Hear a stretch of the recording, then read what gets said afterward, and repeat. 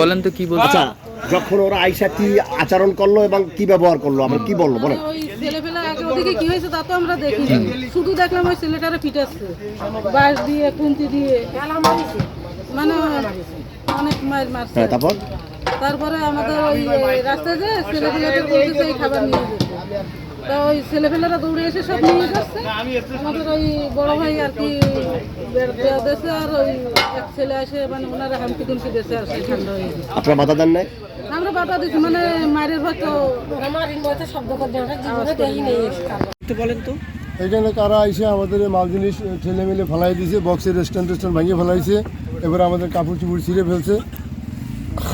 আচ্ছা, এখন কি আপনারা কি সিদ্ধান্ত নিচ্ছেন, বক্স আনবেন না? না, আমরা বক্স আনবো না, আমরা মালামাল নিয়ে যাবো। এখানে আমরা কার ভরসে মালামাল রাখবো।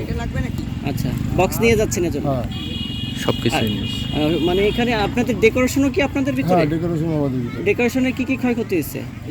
এই যে কাপড় চুপড় ছিঁড়ে ফেলছে। আচ্ছা, আর প্রোগ্রাম হলে সাউন্ড সিস্টেম আনবেন না? না, আপনাদের কি কেউ কোনো ভয়ভীতি দেখাইছে কিনা? ভয়ভীতি দেখায় নাই, কিন্তু এখানে তো আমরা নিরাপত্তাহীনতায় ভুগতেছি। আমরা এখানে কোন ভরসে মাল রাখবো? যে আমাদেরকে অর্ডার করছে, বুকিং করছে, তারও কোনো খবর নাই, তারও আমরা স্পটে পাচ্ছি না। আপনার নামটা চাচা? আমার নাম মোহাম্মদ জসিমউদ্দিন। ঠিক আছে।